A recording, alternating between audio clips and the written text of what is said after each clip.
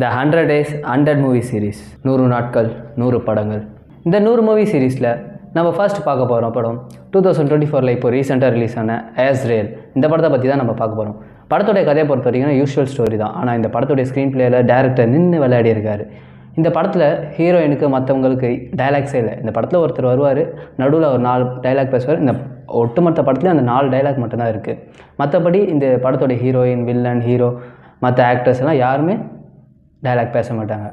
எப்படி இந்த படத்தை கொண்டு போயிருக்காங்கிறது தான் இந்த படத்தை இதை நான் சொல்லணும்னு இல்லை, நீங்களே பார்த்து தெரிஞ்சுக்கோங்க. வீடியோக்குள்ளே பொறுத்த முன்னாடி நம்ம சினிமிக்ஸ் சேனலை சப்ஸ்கிரைப் பண்ணிடுங்க. அண்ட் இந்த வீடியோக்கு லைக்கை தட்டி விட்டு போயிடுங்க.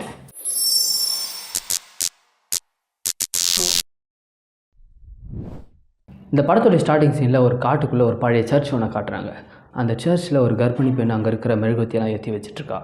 அந்த மெழுகுவத்தி பக்கத்தில் ஒரு சின்ன ஓட்டையை காட்டுறாங்க. அந்த ஓட்டைக்கு பக்கத்தில் ரத்தம் தெரிச்ச மாதிரியான ஒரு இடத்த காட்டுறாங்க. அதே செவத்தில் ஒரு டிராயிங் ஒன்று காட்டுறாங்க. அந்த டிராயிங் வந்து ஒரு சின்ன பொண்ணுடைய டிராயிங். அந்த சீன் அங்கே கட் ஆகுது. அடுத்த ஷாட்டில் வந்து நம்ம படத்தோடைய ஹீரோயினை காட்டுறாங்க. அநேகமாக அந்த டிராயிங்கில் இருக்கிற பொண்ணு தான் நம்ம ஹீரோயின் நினைக்கிறேன். ஹீரோயின் ஒரு காட்டில் அங்கே இருக்கிற இலை, செடி, கிளையெல்லாம் வச்சு ஒரு பிராஸ்லெட்டை வந்து செஞ்சுட்ருக்காங்க. அந்த பிராஸ்லெட்டை செஞ்சுட்டு இருக்கும்போது ஏதோ ஒரு சத்தம் கேட்குது. திரும்பி பார்த்தா அங்கே யாருமே இல்லை. அப்படியே கொஞ்சம் தூரம் நடந்து பார்க்கும்போது ஒரு பையன் வந்து நெருப்பில் குளிர் காஞ்சிட்ருக்கான். அது வேறு யாரும் இல்லை, நம்ம ஹீரோயினுடைய பாய் ஃப்ரெண்ட் தான். ஏன் இந்த மாதிரி பண்ணுறேன்னு சொல்லிட்டு அவளை போய் உதறி விட்றா. அப்போ கூட ஒரு டைலாக் கூட பேசல. ஏன்னா அவங்க இருக்கிறவங்க யாராச்சும் பார்த்துருவாங்கன்ற பயத்தில் அவரை வந்து உதறி விட்டு அந்த நெருப்பெல்லாம் அணைக்கிறாங்க. அணைச்சிட்டு ஹீரோ வந்து ஹக் பண்ணி நம்ம எதாக இருந்தாலும் பார்த்துக்கலாம் ஃபேஸ் ரியாக்ஷன்லேயே சொல்கிறாங்க. அவங்க டைலாக்கை யூஸ் பண்ணுது. அப்போ ஹீரோயினுடைய தொண்டை பகுதியில் வந்து கிராஸோடைய தழும்பு வந்து பார்க்க முடிஞ்சுது. திடீர்னு அவங்களுக்கு லாங்ல இருந்து ஒரு விசில் கேட்குது. கொஞ்சம் கொஞ்சமாக அந்த விசில் வந்து கிட்ட வர மாதிரி இருக்குது. இவங்கள சுற்றி பார்க்குறாங்க, யாருமே காணும். ஒரு இடத்துல போய் ஒழிஞ்சிட்டு இருந்து பார்க்குறாங்க, யாரையும் காணும். அப்போ அந்த விசில் கிட்ட நெருங்கி வரும். இவங்களுக்கு பயம் அதிகமாகுது. அப்போ அந்த பொண்ணுடைய பாய் ஃப்ரெண்ட் என்ன பண்ணுறான்னா, அவனை நான் டைவர்ட் பண்ணுறேன்னு சொல்லிட்டு அந்த இடத்துலேருந்து ஓடுறான். ரொம்ப தூரம் ஓடுறான். ஹீரோயினும் ரொம்ப நேரமாக அவனுக்காக காத்துட்ருக்க, போனவன் இன்னும் காணுமே அப்படின்னு சொல்லிட்டு இவங்களும் பின்னாடி போகலாம்னு சொல்லிட்டு போகும்போது போகிற வழியில் மொட்டை அடிச்சுட்டு ஒருத்தன் நின்றுட்டு இருக்கான். அவனை பார்த்து ஹீரோயின் பயந்து போய் நின்றுறாங்க. அப்போ அந்த மொட்டையை நம்ம ஹீரோயினை பார்த்துறான். வந்து ஹீரோயினை கடத்த ட்ரை பண்ணுறான். அப்போ வந்து ஹீரோயினை அவனை தட்டி விட்டு விட இன்னொருத்த முடி வச்சவன் வந்து ஹீரோயினை லாக் பண்ணிடுறான். லாக் பண்ணிட்டு ஒரு வண்டிக்கிட்ட கூப்பிட்டு போகிறாங்க. அங்கே பார்த்தீங்கன்னா ஆல்ரெடி அவங்க பாய் ஃப்ரெண்டை இன்னொருத்த வந்து லாக் பண்ணி கூப்பிட்டு போகிறாங்க. அப்போ வந்து ஹீரோயினை பார்த்த நம்ம ஹீரோயினோட பாய் ஃப்ரெண்ட் வந்து அவளை காப்பாற்றணும்னு சொல்லிட்டு எவ்வளோ ட்ரை பண்ணுறான். ஆனால் முடியல. அவன் கழுத்தில் கத்தியை வச்சு டிக்கியில் ஏற்றிடுறாங்க. ஹீரோயினும் அதே மாதிரி இன்னொரு காரில் டிக்கியில் ஏற்றிடுறாங்க. 2 காரும் ஒரே ரூட்டில் தான் ட்ராவல் ஆகுது. கொஞ்சம் தூரம் போனோடனே ஹீரோயினுடைய கார் வந்து வேற பக்கம் போக, பாய் ஃப்ரெண்டோடைய கார் வந்து இன்னொரு பக்கம் போகுது.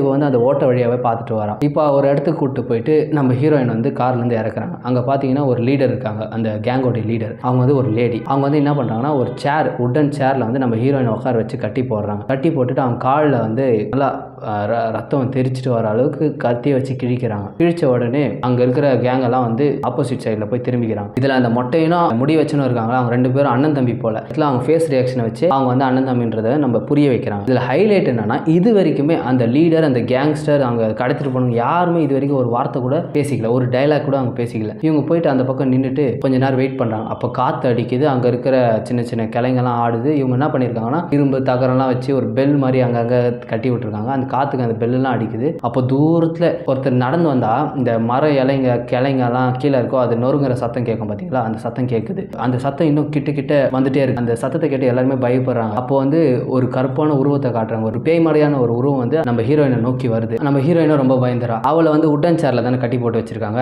அந்த உட்டன் சேரை உடச்சிட்டு எப்படியாவது தப்பிச்சிடலான்னு சொல்லிட்டு ட்ரை பண்ணுறான். நம்ம கேங் பார்த்தீங்கன்னா ஆப்போசிட் சைடில் திரும்பி இருக்கும்போது அந்த பேய் கிட்ட வர அவங்களுக்கு தெரியுது, அந்த பேய் அந்த பொண்ணை வந்து சாப்பிட தான் வருதுன்னு சொல்லிட்டு அவங்களுக்கு தெரியுது. அவங்களும் அந்த பேயை என்கரேஜ் பண்ணுறாங்க.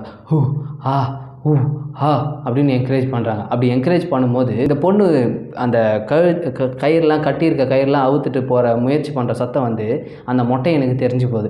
அந்த மொட்டையை தப்பிச்சு போகிறான்னு சொல்லிட்டு அவங்க அண்ணங்கிட்ட எவ்வளோ எக்ஸ்பிளைன் பண்ணுறான். ஆனாலும் அவங்க அண்ணன் திரும்ப மாட்டான். அந்த பேய் வந்துட்டு இருக்குதுன்னு சொல்லிட்டு இவங்க இன்னும் என்கரேஜ் பண்ணுறாங்க. அப்படின்னு என்கரேஜ் பண்ணிகிட்டே இருக்காங்க. இவங்க அந்த மொட்டையை அவங்களெல்லாம் பார்க்காம அந்த பொண்ணு தப்பிச்சு போயிட போகிறான்னு சொல்லிட்டு அவளை போய் ப்ராப்பராக கட்டி போடலான்னு சொல்லிட்டு அந்த பொண்ணுக்கிட்ட போகிறான். அந்த பொண்ணு என்ன பண்ணுறான்னா அந்த உடன் சேரை உடச்சி அவன் தொண்டையில் குத்திடுறான். அந்த மொட்டையின் தொண்டையிலேருந்து பிளட் எல்லாம் லீக் ஆகுது. இந்த ரத்த வாசனைக்காக தான் அந்த பேய் வருது. இப்போ மொட்டையினுடைய ரத்தத்தில் தான் அதிகமான வாசனை. ஏன்னா ஹெவியான ரத்தம் பாஞ்சிட்டு இருக்குல்ல, அதனால அந்த வாசனை ஹெவியாக இருக்கிறதுனால அந்த மொட்டையினை அந்த பேய் தூக்கிட்டு போகுது. அந்த கேங் திரும்பி பார்க்கும்போது மொட்டையினை காணும். மொட்டையனும் காணோம், ஹீரோயினையும் காணோம். அந்த சேர் வந்து எம்டியாக இருக்குது. ஹீரோயின் தப்பிச்சு ஓடிடுறான். அந்த மொட்டையனை அந்த தூக்கிட்டு போய் சாப்பிட்ருது. அந்த கேங் ஏமாற்றம் அடைகிறாங்க. நம்ம ஹீரோயின் அந்த இடத்த விட்டு தப்பிச்சிடுறாங்க. ஓடுறாங்க. அப்புறம் கொஞ்சம் தூரம் போனோடனே நடக்க ஆரம்பிச்சிடுறாங்க. ஒரு நதிக்கரை வருது. அந்த இடத்துல அவங்க பிளட்டை வந்து க்ளீன் பண்ணிவிட்டு இலையை கட்டுறா. அப்போ தான் அவனுடைய பாய் ஃப்ரெண்டை கடத்திட்டு போனது ஞாபகம் வருது போல். பாய் ஃப்ரெண்டை எப்படியாச்சும் காப்பாற்றணும்னு சொல்லிட்டு யோசிக்கிறா. அப்போது அந்த இலையை கட்டி இருக்கும்போது அந்த லைட்டாக ரத்த வாசனைக்கு இன்னொரு பேய் வந்தது அந்த காட்டுக்குள்ளேருந்து. அந்த பேய்கிட்டேருந்து தப்பிக்க ஒரு இடத்துக்கு ஓடுறான். அந்த ஒரு குகைக்குள்ளே போய் மாட்டிக்கிறான். இப்போ அந்த பேய் அந்த ரத்த வாசனையை பிடிச்சி அந்த குகைக்குள்ளே வந்து எட்டி பார்க்க அவன் மூச்சு கூட விடாமல் சைலண்ட்டாக நிற்கிறான். பேயும் கொஞ்சம் நேரத்தில் நகர்ந்து போயிடுது. அப்புறமா அந்த குகையை விட்டு உயிரை கையில் பிடிச்சிட்டு வெளியே வந்துட்டு பாய் ஃப்ரெண்டை காப்பாற்றலான்னு யோசிச்சுட்டே நடந்து போகும்போது கால் அடியில் ஒரு டயர் மார்க்கை பார்க்குறா. அந்த டயர் மார்க்கை ஃபாலோ பண்ணினே போனால் நம்ம பாய் ஃப்ரெண்டை கண்டுபிடிச்சலான்னு சொல்லிட்டு அந்த டயர் மார்க்கை ஃபாலோ பண்ணிகிட்டே போகிறான் நம்ம ஹீரோயின். அப்படி ஃபாலோ பண்ணிகிட்டே போகும்போது ஒரு கேம்ப் ஒன்று பார்க்குறான். அந்த கேம்புக்குள்ளே தான் நம்ம அந்த பாய் ஃப்ரெண்டை கடத்தி வச்சுருப்பாங்கன்னு ஒரு யூகத்தில் போகிறான். அந்த கேம்பை சுற்றி இவங்க என்ன பண்ணி வச்சுருக்காங்கன்னா அவங்களுக்கு கிடச்சிருக்கிற இரும்பு, குப்பை, அப்புறம் வந்து இந்த கிளைங்க, மரங்க எல்லாத்தையும் வச்சு ஒரு ஃபென்ஸ் மாதிரி கட்டி வச்சிட்டாங்க. எங்கேயுமே போகிறதுக்கு வழி இல்லை. இதில் எப்படியாச்சும் நுழைஞ்சிடலாம், எதனா ஒரு சின்ன வழியாச்சும் கிடைக்குமான்னு சொல்லிட்டு ஹீரோயின் தேட ஒரு சின்ன இடம் கிடைக்குது. அந்த சின்ன இடம் வழியாக நம்ம ஹீரோயின் வந்து அந்த கேம்புக்குள்ளே நுழைஞ்சு ஒரு கார் பின்னாடி போய் ஒழிஞ்சிட்டு நம்ம பாய் ஃப்ரெண்டு இங்கே இருப்பானான்னு சொல்லி பார்க்குறா. இவள் பாய் ஃப்ரெண்டை கூப்பிட்டு அந்த கார் அங்கே தான் நிற்கிறத இவள் கவனிச்சிட்றா. அது கவனித்த அடுத்த செகண்டு ஒரு ஷாட்டில் வந்து இவள் போட்டு விட்டா பார்த்தீங்கன்னா ஒரு பிராஸ்லெட்டு அது அங்கே கிடக்குது. அந்த பிராஸ்லெட்டை பார்த்தோன்னே அவள் கன்ஃபார்மே பண்ணிடுறான். ஒரு சைடில் இன்னொரு ஷாட்டில் காட்டுறாங்க. அந்த ஏற்கனவே கடத்திட்டு போய் இந்த பொண்ணை வச்சுட்டப்போ ஒரு லேடி லீடர் இருந்தாங்களே, அந்த லீடரும் அந்த கேம்புக்குள்ளே வந்துட்டுருக்கா. அவளை பார்த்தோன்னே இவளுக்கு வந்து ரொம்ப பயமாயிடுது. நம்ம ஹீரோயின் வந்து டென்ட் பின்னாடி வந்துட்டு அந்த லீடரை பார்த்துட்ருக்காங்க. அந்த லீடர் வந்து ஒரு டென்ட்டுக்குள்ளே போகிறாங்க. அங்கே ஒரு வயசான அம்மா உடம்பு சரியில்லாமல் பார்த்துட்ருக்காங்க. அவங்க கண்ணத்தை தழுவி பார்க்குறாங்க நம்ம லீடர். அந்த வயசானவங்க அந்த லீடருக்கு ஏதோ ஒரு ரிலேஷன் போல். இவங்க அந்த டென்ட்டை விட்டு வெளியே வந்து இந்த கேம்ப்பு பக்கத்தில் ஒரு சர்ச் ஒன்று இருக்குது. அந்த சர்ச்சுக்குள்ளே போகிறாங்க. அந்த சர்ச்சுக்குள்ளே வந்து சிலுவையை பார்த்து ப்ரே பண்ணாமல் அதுக்கு பதிலாக அவங்களுக்கு நேராக இருக்கிற ஒரு பெரிய ஓட்டையை பார்த்து இவங்க ப்ரே பண்ணிகிட்டு இருக்காங்க. லீடர் வந்து அதுக்குள்ளே போய் பார்க்கும்போது அது பயந்து போகிறாங்க. அப்போது அந்த இடத்துல வந்து அங்கே மெயின் ப்ரீஸ்ட்டாக இருந்து அந்த வழி நடத்துறது யார் பார்த்தீங்கன்னா, நம்ம ஸ்டார்டிங்கில் சொன்ன பார்த்தீங்கன்னா ஒரு ப்ரெக்னென்ட் உமன். அவங்க தான் அங்கே வந்து வழி நடத்துகிறாங்க. அந்த மெழுகுவர்த்தியை ஆஃப் பண்ணிவிட்டு சர்ச் எல்லாம் முடிஞ்சிச்சு, எல்லாம் கிளம்புறாங்க. கிளம்புனோடனே இந்த லீடர் வந்து அந்த ப்ரெக்னென்ட் உமன் கிட்டே போகிறாங்க. அந்த ப்ரெக்னென்ட் உமன் கேட்குறாங்க போல், சைக்கிளே கேட்குறாங்க. இந்த மாதிரி அந்த பொண்ணு என்னாச்சுன்னா இவங்க தவற விட்டுதான்னு சொல்லிட்டு எமோஷனலே சொல்லிடுறாங்க. அப்படி சொல்லும் போது சுற்றி யார் அந்த பொண்ணு இருக்கிறத இவங்க உணர்றாங்க. யாருன்னா இந்த ப்ரெக்னென்ட் உமன் வந்து உணர்றாங்க. உணர்ந்துட்டு அவங்க ஜன்னல் வழியாக வெளியே பார்க்குறாங்க. அங்கே எங்கேயுமே யாருமே காணும். அப்போ நம்ம ஹீரோயின் வந்து அந்த சர்ச்சுக்கு அடியில் அண்டர் கிரவுண்ட்லேருந்து இந்த ப்ரெக்னென்ட் உமனையும் அந்த லீடரையும் பார்த்துட்ருக்கா. அது எப்படியோ தெரிஞ்சு போய் ஹீரோயின் காலை பிடிச்சிடுறாங்க. பிடிக்கும் போது காலை உதறிட்டு நம்ம ஹீரோயின் ஓடும் போது அவங்க அந்த ஒரு பெல் அடித்து அந்த கேம்ப் மொத்தமே அலர்ட் பண்ணிடுறாங்க. அந்த முள் வேலி அந்த கம்பியெல்லாம் கிழிச்சிட்டு கையெல்லாம் ரத்தம் சொட்ட இவங்க வந்து அந்த இடத்த விட்டு தப்பிச்சு போகிறாங்க. தப்பிச்சு போகும்போது அந்த ரத்த வாசனைக்கு அந்த காட்டுக்குள்ளே இருக்கிற பேயெல்லாம் அவங்க தொடர்ந்து வரும்போது இவங்க அந்த காட்டுக்குள்ளே ஓடுறாங்க. ஒரு 4-5 பேர் இவங்களை சுற்று போட்டுச்சு. வேறு வழி இல்லாமல் ஓடிட்டே இருக்காங்க. ஓடும்போது தான் திடீர்னு ஒரு கார் வருது. கார் வந்து சடனாக ஒரு பிரேக் அடிக்கிறாங்க அவங்க முன்னாடி. அந்த கார்லேருந்து இறங்கி ஒருத்தர் வெளியே வராரு பார்த்தீங்களா, அவர் தான் ஃபஸ்ட் டைம் ஒரு டைலாக் பேசுகிறாரு. இது வரைக்கும் எமோஷன், எக்ஸ்ப்ரெஷன், ஃபேஸ் ரியாக்ஷன் வச்சு இந்த படம் ஓடிட்டு இருக்குது. ஃபர்ஸ்ட் டைம் ஒரு ஆள் வந்து டைலாக் பேசுகிறாரு. அவர் பேசும்போது இந்த பொண்ணு சைலண்ட்டாக அவர் கேட்குற கேள்விக்கு எதுவுமே பதில் சொல்லாமல் நேராக காரில் போய் உட்காந்துக்குது. இவரும் சரி பயந்து போயிருக்கு போகலான்னு சொல்லிட்டு கார் எடுத்துகிட்டு மூவ் பண்ணிவிட்டு பேசிகிட்டே போகும்போது அவர் பேச அந்த பொண்ணு பயம் அதிகமாகிட்டே இருக்குது. அவர் வந்து கேட்குறாரு, என்னம்மா பிரச்சனை, என்ன ஆகுதுன்னு சொல்லும்போது அந்த பொண்ணு வந்து தன்னுடைய கழுத்து பகுதியில் இருக்க அந்த சிலுவை தழும்பு இருக்குது பார்த்தீங்களா, அதை காட்டிட்டு இவங்க ஏதோ பிரச்சனை இருக்காங்க போலன்னு சொல்லி ஒரு எதுவுமே கண்டுக்கல, பேசுறதுக்கு ஏதோ பயப்படுறாங்கன்னு சொல்லிட்டு சரி பாட்டு வைக்கிறேன் நீங்கள் கேளுங்கன்னு சொல்லிட்டு பாட்டு வைக்கிறார். அந்த பாட்டு வச்சோன்னே அந்த பொண்ணு ரொம்ப பயந்து போகுது. நம்ம ஹீரோயின் வந்து பயந்து போகிறாங்க. அப்போ தான் இவர் தெரிஞ்சுக்கிறாரு இவங்க வந்து சம்திங் வேறு ஒரு உலகத்தில் இருக்கிறாங்க. நம்மளுக்கும் அந்த விஷயத்தில் நம்ம புரிஞ்சிக்க வேண்டியது என்னென்னா, அவங்க வந்து வேறு ஒரு உலகத்தில் இருக்காங்க. இது வந்து நார்மலான ஒரு உலகம். அங்கே யாருமே பேச மாட்டாங்க. எல்லாமே சைகை, விசில், சவுண்டு மூலிமா கம்யூனிகேட் பண்ணிக்கிறாங்க. வெளி உலகத்தை பொறுத்த வரைக்கும் அவங்களுக்கு எந்த ஐடியா இல்லை போல்.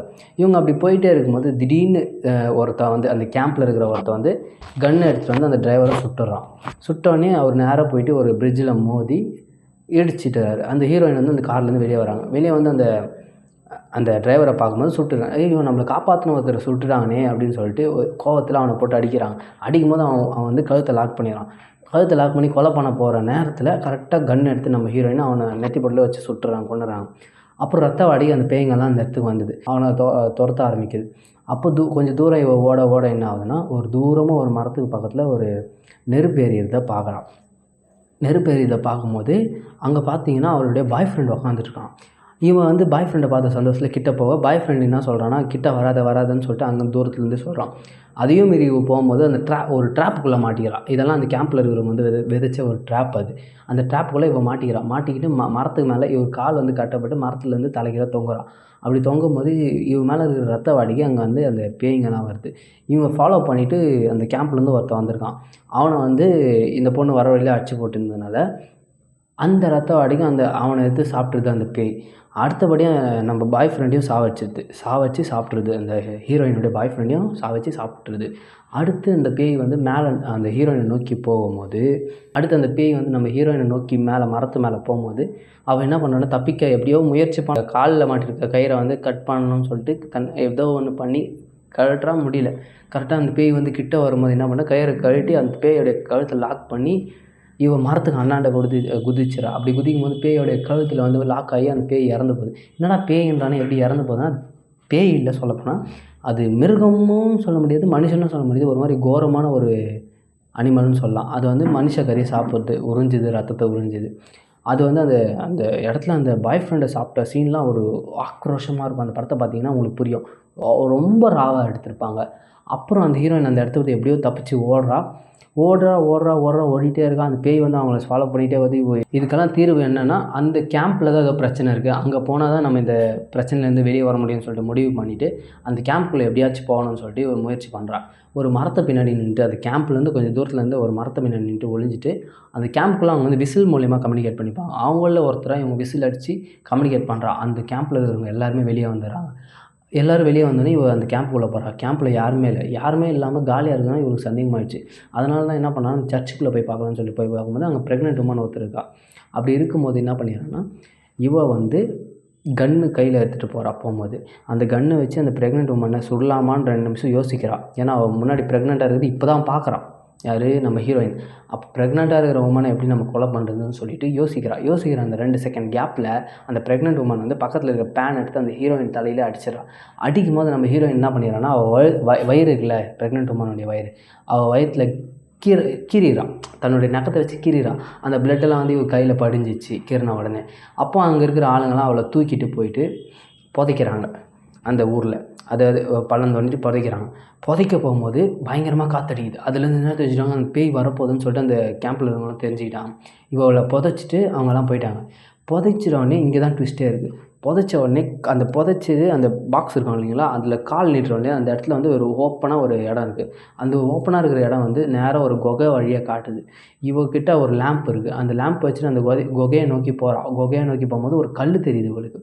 அந்த கல்லை நோக்கி வேகமாக போக அப்போ தான் தெரியுது ஒரு ரத்த வாடிக்கை அங்கே ஒரு பேய் இவளை நோக்கி வருது. அது கல் இல்லை, ஒரு பேயின்றதே அப்போ தான் அது பேய் இல்லை கல்லுன்றதே அப்போ தான் அவள் ஃபீல் பண்ணுறான். அது துரத்த திரும்பி அந்த பெட்டிக்குள்ளே சவ பெட்டிக்குள்ளே வந்து படுத்துக்கிறான். அப்போ என்ன பண்ணுது, அந்த பேய் வந்து சவ பெட்டிக்குள்ளே அவள் மூஞ்சி கிட்ட வந்து நேராக நிற்கும் போது ஆக்ரோஷமாக இருக்குது. அந்த ஆக்ரோஷமாக இவளை சாப்பிட போது அவ்வளோதான், இவள் கதை முடிஞ்சிச்சுன்னு நம்ம நினைக்கிறோம். ஆனால் அங்கே தான் ஒரு ட்விஸ்ட்டு. அந்த பேய் அவளை சாப்பிடல. அவள் கையில் இருந்த அந்த ரத்த வாடையை மூந்து பார்த்துட்டு ஃப்யூச்சர் சம்மந்தப்பட்ட கிளான்ஸ் எல்லாம் அந்த பேய்க்கு வந்து போகிறதுனால அந்த பேய் ஏதோ ஒன்றுனால ரிவர்ஸில் போயிடுச்சு. அவளை எதுவுமே பண்ணலை. என்னடா இது இவளை எதுவுமே பண்ணலைன்னு சொல்லிட்டு ஆச்சரியமாக பார்க்க இவளும் என்ன பண்ணிடுறான்னா அது வழியாக வந்து வெளியே வந்து ஒரு டனல் வழியாக வந்து தப்பிச்சிட்றான். தப்பிச்ச உடனே என்ன பண்ணுறான்னா நேராக வந்து ப்ரெக்னெண்ட்டாக இருக்கிற உமன்கிட்ட போகிற வழியில் என்ன ஆகுதுன்னா எல்லோரும் கன் எடுத்து இவளை பார்த்து சுடுறாங்க. இப்போ தப்பிச்சிட்டதை பார்த்து இவள் விசில் வச்சு கன்ஃபியூஸ் பண்ணி எல்லாமே பண்ணிவிட்டு உள்ளே போயிடுறான். போகும்போது இந்த லீடர் இவளை லீடர் பார்த்துட்டு அவங்களுக்குள்ள ஒரு ஃபைட் சீன் வரும். அது செம்மையாக இருக்கும். நல்லா பயங்கரமாக ராவாக எடுத்திருப்பாங்க. அவள் இது பண்ணுறது அதெல்லாம். கடைசியாக என்ன பண்ணுறான்னா இவள் ப்ரெக்னென்ட் உமனை மீட் பண்ணுறான். இங்கே தான் கிளைமேக்ஸ். இந்த இடத்துல என்ன பண்ணுறான்னா ப்ரெக்னென்ட் உமன் வந்து இவளை எப்படியாவது இது பண்ணிடணும்னு சொல்லிட்டு ஃபைட் பயங்கரமாக நடக்குது. நம்ம ஹீரோயின் என்ன பண்ணிடுறான்னா ப்ரெக்னென்ட் உமனுடைய கழுத்தை பிடிச்சி கடித்து அந்த சதையை எடுத்துக்கும் போது அப்போ தான் இவன் நோட் பண்ணுறான். அந்த ப்ரெக்னென்ட் உமனுடைய அந்த பன்னீர் குடம்னு சொல்லுவாங்களே, இந்த கர்ப்பமாக இருக்கிறவங்க குழந்தை பிறக்க போகுதுன்றப்ப அந்த உடஞ்சிச்சு. அப்போ அந்த குழந்தை பிறக்க போகுதுன்னு தெரிஞ்சிச்சு. அப்போ என்ன பண்ணிடுறான்னா இவன் அந்த ரூமை விட்டு வெளியே வந்துடுறான். அப்போது அங்கே குழந்தை பிறந்துச்சு. குழந்தை எப்படி அழுதுன்னா ஒரு ஆடு மனுஷன் சேர்ந்து அந்த 2 வாய்ஸும் சேர்ந்து ஒரு மாதிரி ஒரு டோனில் வர பார்த்தீங்களா, அந்த மாதிரி குழந்தை அழுது. அப்போ என்ன ஆகுதுன்னா அங்கே இருக்கிற ஃபுல்லாக எல்லாமே காற்று அடிக்குது பயங்கரமாக. அப்போது எல்லா பேய்களும் ஒன்றா சேர்ந்து அந்த இடத்துக்கு வருது. அப்படி வரும்போது அந்த இறந்துடுறா. ப்ரெக்னென்ட் உமன் வந்து அந்த குழந்தைய பார்த்து ஐயோ நம்ம ராட்சசனை பெற்றெடுத்துட்டோம் அப்படின்னு சொல்லிட்டு அந்த ப்ரெக்னென்ட் உமன் வந்து இறந்துறா, தானே சூசைட் பண்ணிக்கிறான். இவன் என்ன பண்ணுறான்னா அந்த குழந்தை அழுத சத்தம் கேட்டு அந்த குழந்தைய போய் தூக்கும்போது அந்த குழந்தைய பார்த்து இவள் சிரிக்கிறா. இவங்களுக்குள்ள ஒரு எமோஷன் வருது, இவளுக்குள்ள நம்ம ஹீரோயினுக்குள்ளே ஒரு எமோஷன் வருது. இவள் எடுத்துகிட்டு வெளியே வந்து நிற்கும்போது எல்லா பேயும் அவளை சுற்றி நிற்குது. சுற்றி நின்று அவகிட்ட அந்த பேய்ங்கெல்லாம் தலை வணங்குது. அப்போ தான் புரியுது இந்த பேய் வந்து நம்ம ஹீரோயின் கை நகத்தில் வந்து அந்த ரத்தக்கரை படைஞ்சிருக்கும் பார்த்தீங்களா, ப்ரெக்னெண்ட்டாக இருக்கும்போது இவள் கீறி இருப்பாள் இல்லைங்களா, அந்த ரத்தத்துடைய வாசனையிலே அது வந்து ஃப்யூச்சரை ப்ரெடிக்ட் பண்ணியிருப்பதில் இவங்க தான் நம்மளை வந்து ஆட்சி செய்ய போகிறாங்க, நம்ம வாரிசை வந்து இவங்க தான் வளர்க்க போகிறாங்க, நம்ம பேய்கள் அந்த ராட்சச வாரிசை வளர்க்க போகிறாங்கன்னு சொல்லிட்டு ஃபீல் பண்ணதுனால தான் அவளை விட்டு போயிடுச்சு. அதனால தான் இப்போ அந்த குழந்தைய தூக்கி நிற்கும் போது அந்த எல்லா பேயும் தலை வணங்குது. இதுதான் இந்த படத்துடைய கிளைமேக்ஸ். இது ஒரு பயங்கரமான ஒரு யதார்த்தத்துக்கு அப்பாற்பட்ட விஷயமா எடுத்துகிட்டு போயிருப்பார் நம்ம டேரக்டர். இந்த படம் பொறுத்த வரைக்கும் செம்ம த்ரில்லராக போகும், செம்ம ராவாக எடுத்து வச்சுருப்பாங்க. இந்த படத்தில் ரத்தம் தெரிகிற சீன் R-rated மூவின்றதுனால இது 18+ மட்டும் தான் பார்க்க முடியும். இந்த படத்தில் தலையை துண்டாக்கி பேய் சாப்பிடும்போது அந்த முதுகெலும்போடு சேர்ந்து வந்துடும் பாருங்களேன், அப்படியே ஒரு மாதிரி கேட்கும் போதே சில்லுன்னு இருக்குது, பார்த்தா எப்படி இருக்கும் பாருங்கள். இது ஒரு ராவாக எடுத்திருக்காங்க இந்த படத்தை. இந்த படத்தில் முக்கியமாக சொல்ல போனால் இதுதான் இதோடைய படத்தோடைய ஸ்பெஷாலிட்டி. எவ்வளோ ராவாக எடுத்து இன்ட்ரெஸ்டிங்காக கொண்டு போகிறேன். இந்த படத்தில் எங்கேயுமே டைலாக் இல்லை, நடுவில் ஒருத்தர் வரார் 4 டைலாக் பேசுகிறார், அவ்வளோதான். மற்றபடி இந்த படத்தில் மொத்தமாகவே எமோஷன், எக்ஸ்பிரஷன், ரியாக்ஷன் அண்ட் சவுண்ட்ஸை வச்சு தான் மேனேஜ் பண்ணியிருக்காங்க. இந்த படத்தை போர் அடிக்காமல் இவ்வளோ இன்ட்ரெஸ்டிங்காக நம்ம டேரக்டர் எடுத்திருக்காரு. இது யூஷுவல் ஸ்டோரி, நிறைய பேய் படத்தெல்லாம் கேள்விப்பட்டிருந்தாலும் இந்த டைலாக்ஸ் இல்லாமல் கொண்டு வந்து ஒரு புது எக்ஸ்பீரியன்ஸாக இருந்துச்சு. இந்த மாதிரி நிறைய மூவி சம்மந்தப்பட்ட வீடியோஸ் பார்க்க நம்ம சினிமிக்ஸ் சேனலை சப்ஸ்கிரைப் பண்ணிவிடுங்க. இந்த வீடியோ உங்களுக்கு பிடிச்சிருந்தா லைக் பண்ணுங்கள். இந்த படம் எப்படி இருக்குதுன்னு சொல்லிட்டு மறக்காமல் நீங்கள் கமெண்ட் பண்ணிவிடுங்க. அப்போ தான் அடுத்தடுத்து நம்ம இந்த மாதிரியான படத்தை பற்றி நம்ம இந்த சேனலில் பார்க்க முடியும். So tata bye bye. அதுக்கு முன்னாடி நம்ம சேனலை சப்ஸ்கிரைப் பண்ணி மறக்காமல் இந்த பெல் ஐக்கனை கிளிக் பண்ணிடாதீங்க.